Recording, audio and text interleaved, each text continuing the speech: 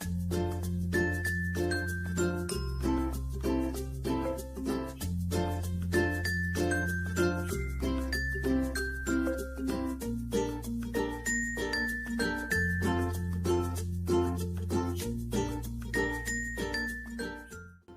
Viewers, எல்லாரும் எப்படி இருக்கீங்க?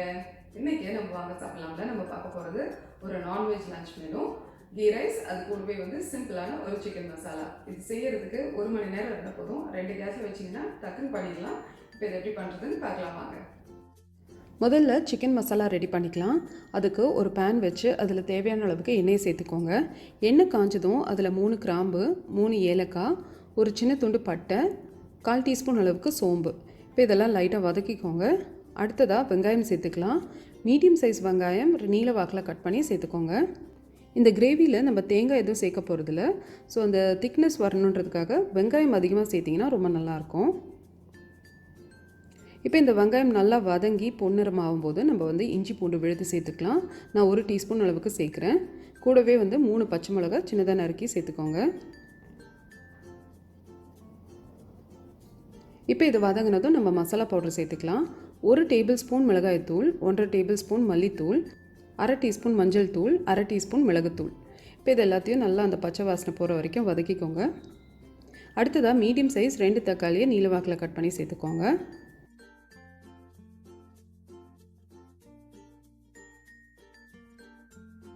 இப்போ தக்காளி நல்லா வதங்கி அதுவும் மசிஞ்சு வரணும்.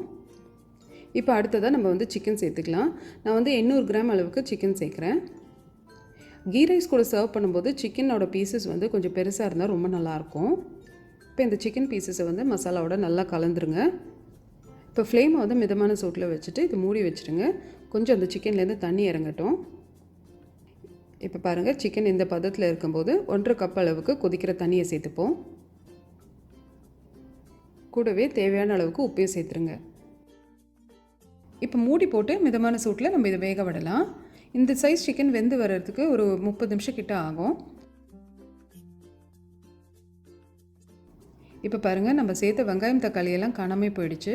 கிரேவி நல்லா திக்காக இருக்குது, எண்ணெய் நல்லா பிரிஞ்சு வந்திருக்கு. கடைசியாக கொஞ்சம் கொத்தமல்லி போட்டு நம்ம இதை இறக்கிக்கலாம். அடுத்ததாக கீ ரைஸ் ரெடி பண்ணிக்கலாம். அதுக்கு முதல்ல கொஞ்சம் வெங்காயத்தை வறுத்தெடுத்துப்போம். ஒரு சின்ன சைஸ் வெங்காயத்தை நல்லா நீல வாக்கில் கட் பண்ணிவிட்டு நல்லா கொதிக்கிற எண்ணெயில் இந்த மாதிரி போட்டு வறுத்துக்கலாம். அது நல்லா பொன்னிறமானதும் ஒரு பிளேட்க்கு மாற்றிக்கோங்க.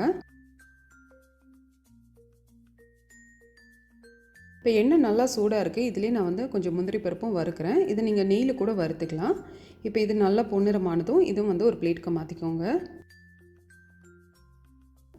இப்போ அடுத்ததாக ஒரு பேன் வச்சு அதில் 1 டேபிள் ஸ்பூன் நெய் சேர்த்துக்கோங்க. நெய் காஞ்சதும் அதில் 3 கிராம்பு, 3 ஏலக்காய், ஒரு சின்ன துண்டு பட்டை சேர்த்துக்கோங்க. கூடவே ஒரு பிரிஞ்சி இலையும் சேர்த்துக்கோங்க. அடுத்ததாக வெங்காயம் சேர்த்துக்கலாம். 2 மீடியம் சைஸ் வெங்காயம் நல்லா நீல வாக்கில் கட் பண்ணி சேர்த்துக்கோங்க. வெங்காயம் வதங்கும் போது ஒரு விஷயம் ஞாபகம் வச்சுக்கோங்க. இது அந்த ஒரு ப்ரௌன் கலர் வரவே கூடாது. இல்லைனா நம்ம கீ ரைஸும் பார்த்திங்கன்னா அதே மாதிரி ப்ரௌன் கலரில் ஆகிடும். இந்த மாதிரி ஒரு பிங்க் கலரில் இருக்கும்போதே நம்ம அடுத்த ஸ்டேஜ்க்கு போயிடணும். இப்போ இதெல்லாம் 1/2 டீஸ்பூன் அளவுக்கு இஞ்சி பூண்டு விழுது சேர்த்துக்கலாம். கூடவே 4 பச்சை மிளகாய் சேர்க்குறேன். இந்த கீ ரைஸில் காரத்துக்கு நம்ம பச்சை மிளகாய் மட்டும்தான் சேர்க்க போகிறோம். இப்போ இது வதங்கினதும் இதில் கொஞ்சமாக புதினா, கொஞ்சமாக கொத்தமல்லி சேர்த்துக்கலாம். அடுத்ததாக தக்காளி, ஒரு மீடியம் சைஸ் தக்காளி நல்லா நீல வாக்கில் கட் பண்ணி சேர்த்துக்கோங்க. தக்காளி சேர்க்கலனாலும் பிரச்சனை இல்லை. அடுத்ததாக 2 கப் அளவுக்கு பாஸ்மதி அரிசி சேர்த்துக்கலாம். இது ஒரு 30 நிமிஷம் போல் நான் தண்ணியில் ஊற போட்டு வச்சுருந்தேன். இதை நல்லா கழுவி வடிகட்டிட்டு இதில் சேர்த்துக்கோங்க. உங்கள்கிட்ட அப்படி சீரக சம்பா அரிசி இருந்ததுன்னா கண்டிப்பாக அதை பயன்படுத்திக்கோங்க. கீ ரைஸ் அதில் செஞ்சால் ரொம்ப நல்லாயிருக்கும். இப்போ 2 கப்பு பாஸ்மதி அரிசிக்கு 3 கப்பு தண்ணி சேர்த்துக்கலாம். கூடவே தேவையான அளவுக்கு உப்பையும் சேர்த்துக்கோங்க. இப்போ இது நல்லா கலந்துட்டு மிதமான சூட்டில் நம்ம மூடி போட்டு இதை வேக விட்டுடலாம். இப்போ பாருங்கள், சாதம் நல்லா வெந்து வந்திருக்கு. இருந்தாலும் கொஞ்சம் ஈரப்பதம் இருக்குது. இந்த டைமில் ஃப்ளேமை நல்லா லோ பண்ணிவிடுங்க. இப்போ இதுக்கு மேலே நம்ம வறுத்து வச்சுருந்த அந்த வெங்காயத்தை தூவி விட்டுடலாம்.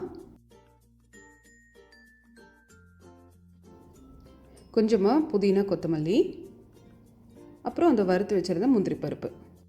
கடைசியாக கொஞ்சம் நெய் சுற்றி விட்டுருங்க. இப்போ இதே மாதிரி நம்ம மூடி போட்டு லோ ஃப்ளேமில் ஒரு 7 நிமிஷம் கிட்ட நம்ம தம் கொடுப்போம்.